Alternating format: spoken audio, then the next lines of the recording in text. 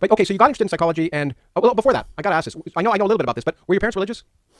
That's a hard question, but no, not really. My mother attended church, United Church, Protestant church, and she went every Sunday. And we went when we were little kids, but I stopped going when I was 13 because the pastor, well, because I didn't like it, but also because the pastor, the minister, he couldn't answer my questions about reconciling evolutionary theory with biblical stories. And I thought, well, you don't believe what you're saying, which is something I've often thought while sitting in church. And I was looking for an excuse anyways, and my dad didn't go to church. And so I bailed out then. And my mom didn't like that. But it wasn't like she wasn't overtly religious. My mom is a very, in the best sense, a very normal sort of person. You know, she's not extreme in any ways. And she went to church because that's what people did. She liked to sing and she liked the community. And, you know, she had her beliefs in some sense, but not really because it was just part of the culture. And that's what she did. And so in a small town, that's what people do. I mean, I know my first wife's mother came from a small town. Her mother went to, church, and it was a social thing as much as it was. Also, for better or worse, if you didn't go, it reflected badly on you, which is one of my problems with religion. I met a lot of people, if there is a lot of social pressure in a small town especially to conform religiously, just because if you don't go, it gives the impression that somehow you're a bad person. And that's one of the problems I've had with at least organized religion. Yeah, well, we could talk about that in some detail too, I think, because the situations like that are always really complicated, because one of the things people are doing when they go to church is indicating that they're willing to sacrifice an hour a week in a disciplined manner to the community as such. And then so you don't go. Well, maybe it's because you're a conscientious objector, let's say, and that's a moral reason, but maybe it's just because you're a lazy bastard and you don't care about the community.